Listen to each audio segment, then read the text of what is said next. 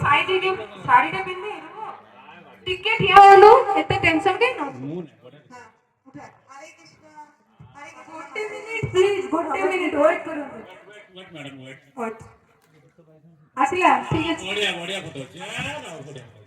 କଣ କଣ କଣ ସେତିକି ବେଳୁ ହରେ କୃଷ୍ଣ ହରେ କଣ କାମ ଅଛି ଭାଗବତ ଗୀତା ମୁଁ କାଇଁ ପଢିବି ଭାଗବତ ଗୀତା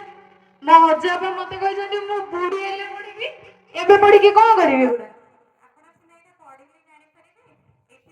ମତେ ସେ ସବୁ ପଢିବାକୁ ଟାଇମ ନାହିଁ ମୁଁ ସେ ସବୁ ପଢି ପାରିବିନି ତେଣୁ ସେଟା ନେଇକି ଯାଆନ୍ତୁ ପଚାରନ୍ତୁ କଣ ପଚାରିବେ ଆପଣ ଯୋଉ ଫୋନଟା ଧରିଛନ୍ତି ସେଟା କେମିତି ଚାଲେ କହିଲେ ଇଟ୍ସ ଭେରି ସିମ୍ପଲ ଆରେ ଗୋଟେ ମାନୁଆଲ ଅଛି ଆଉ ଆକୁ ମାନୁଆଲ ସ୍ଟେପ ୱାଇଜ ଆକୁ ୟୁଜ କର ତମେ ଜାଣିପାରିବ କେମିତି ଲେଖା ହେଇଛି କଣ ଅଛି ଆ ଭିତରେ ଆମେ ନିଜେ ୟୁଜ କରିକି ଜାଣିପାରିବ ଆଜ୍ଞା ଆପଣ ଠିକ କହିଛନ୍ତି ଯେମିତି